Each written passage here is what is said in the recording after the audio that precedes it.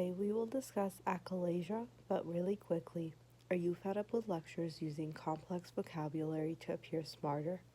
Whether you're a current student or healthcare provider, doctor, nurse, or pharmacist seeking to remain up to date, this channel will provide a simple way of teaching emergency medicine in layman's terms.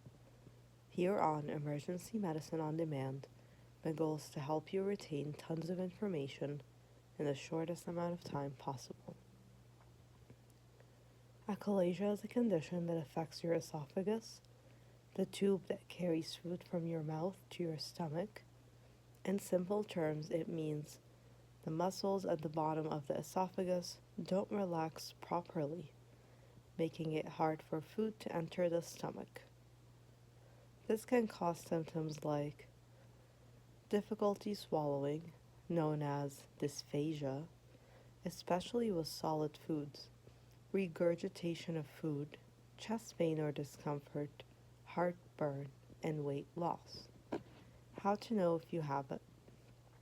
Watch your symptoms. If you frequently experience difficulty swallowing or regurgitating food, take note.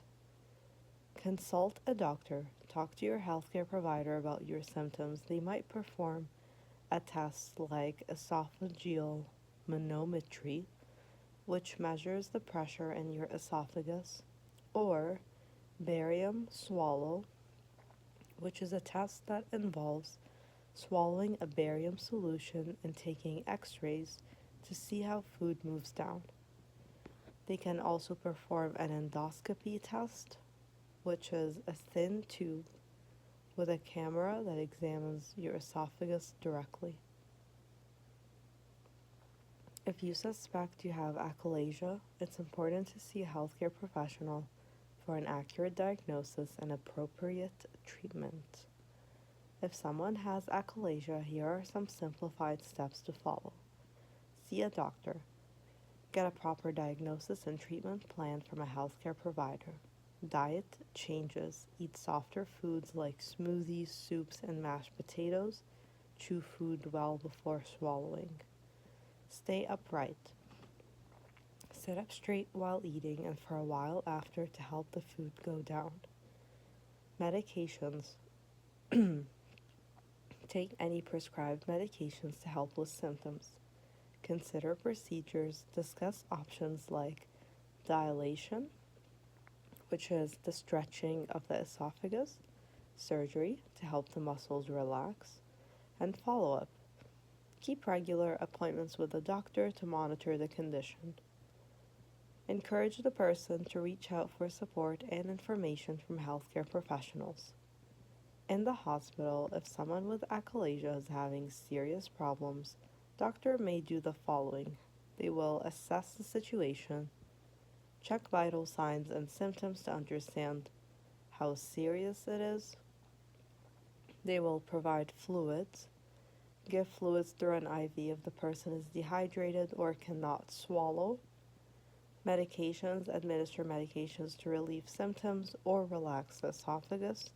Perform tests such as an endoscopy or imaging to see what's happening inside the esophagus. Dilation procedure. If needed, they might perform a procedure to gently stretch the esophagus, helping food pass more easily. Surgery. In some cases, they may recommend surgery to correct the problem with the esophagus.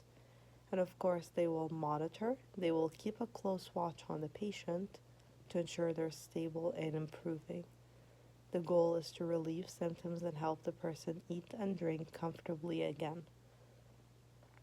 Here are some commonly used medications for achalasia. Nitrates, such as isosorbide dinitrate, which helps relax the esophagus muscles. Calcium channel blockers, such as diltiazem, which can help reduce pressure in the esophagus. Botulinum toxin, Botox, injected into the esophagus to relax the muscle. Proton pump inhibitors, PPIs, such as omeprazole, this will help reduce acid reflux symptoms. These meds can help manage symptoms, but it's important to consult a healthcare provider for a personalized treatment plan. Certain groups of people may be at a higher risk of developing this condition. Age. It often occurs in younger adults, typically between 30 and 50 years old. Family history. If someone in your family has had this before, you might be more likely to get it too. Autoimmune disorders. People with certain autoimmune conditions may be at a greater risk. Some studies also suggest that African or Hispanic descent may have a higher chance of developing it. So, of course, race is one of the risk factors. And finally, previous esophageal issues. If you have had other problems with your esophagus, like strictures or infections, your risk may increase. If you fall into one of these groups, it will be good to be aware of the symptoms and consult a doctor if needed. Now you need to watch my video on heart attacks or have a look at strokes.